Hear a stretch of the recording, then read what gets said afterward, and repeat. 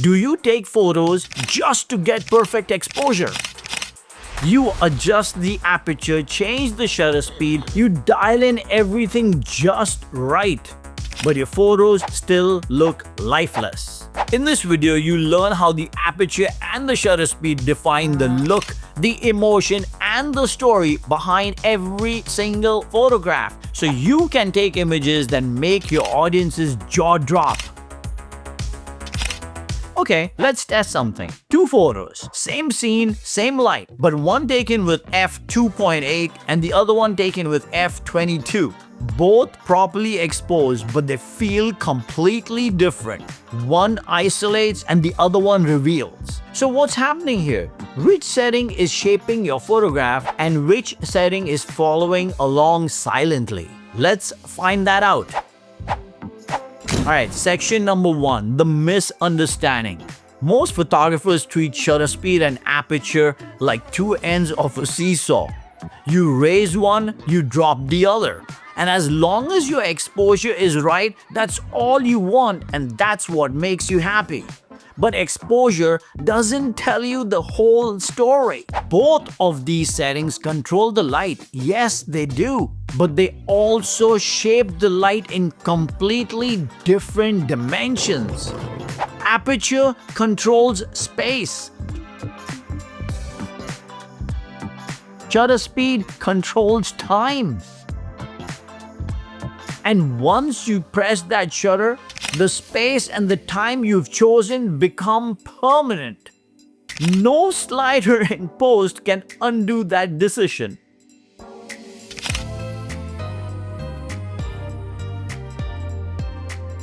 In a moment, I'll show you which of these two permanently defines your subject's depth and why that's the first creative decision you should make.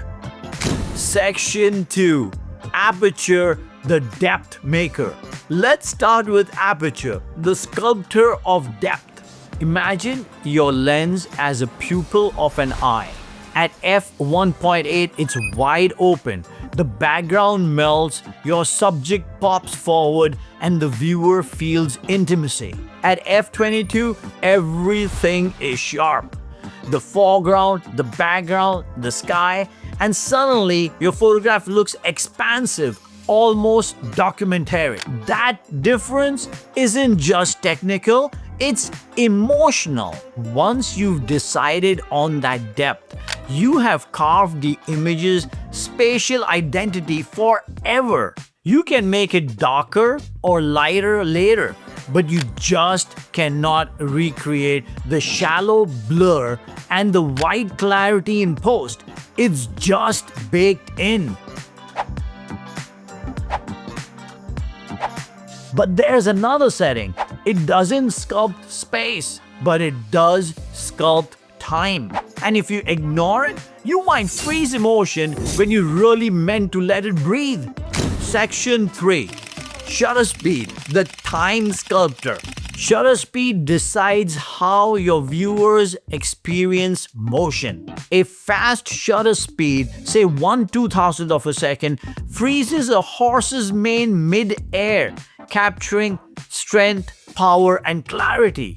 A slow shutter speed, say 1/15th of a second, makes the motion flow, transforming the same horse into rhythm and grace. Both are correct, but emotionally, they live in two different worlds. That's the magic. You literally choose how time looks in your photographs. Once you capture it, that motion is sealed. No software in the entire world can duplicate that natural blur or authenticate that motion after the fact. So if aperture defines dimension and shutter defines emotion, which one should lead with your creative decision?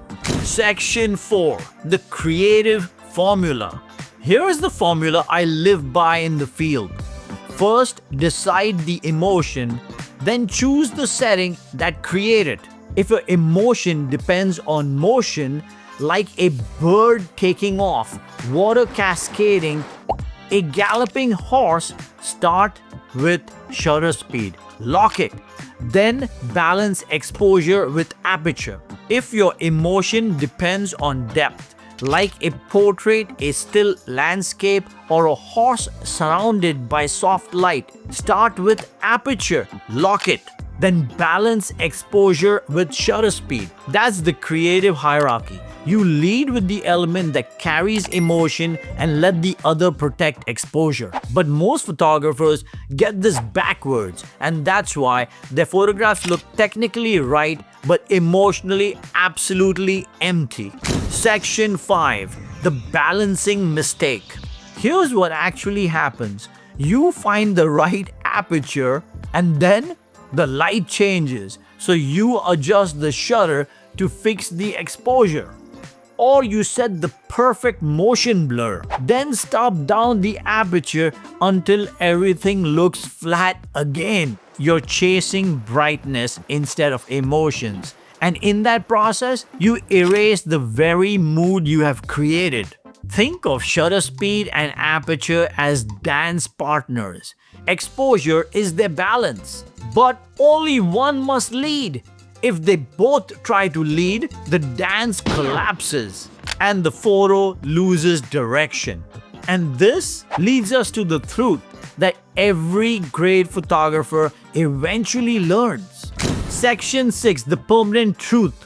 Every click of the shutter locks your creative choice in place. You can lift shadows, drop highlights, even change color. But you cannot rewrite the way time and space were captured.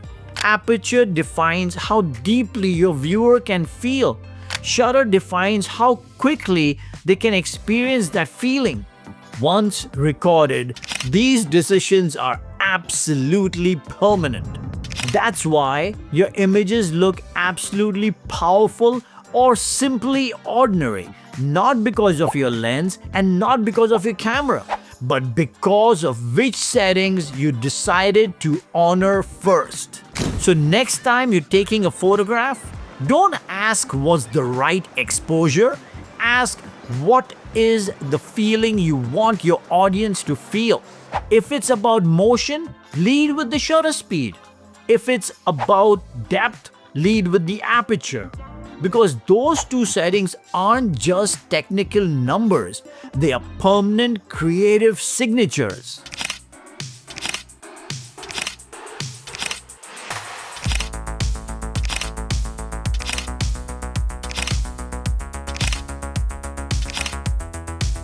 And if you want to master more camera technicalities, go watch this playlist, and I'm going to see you guys in the next one.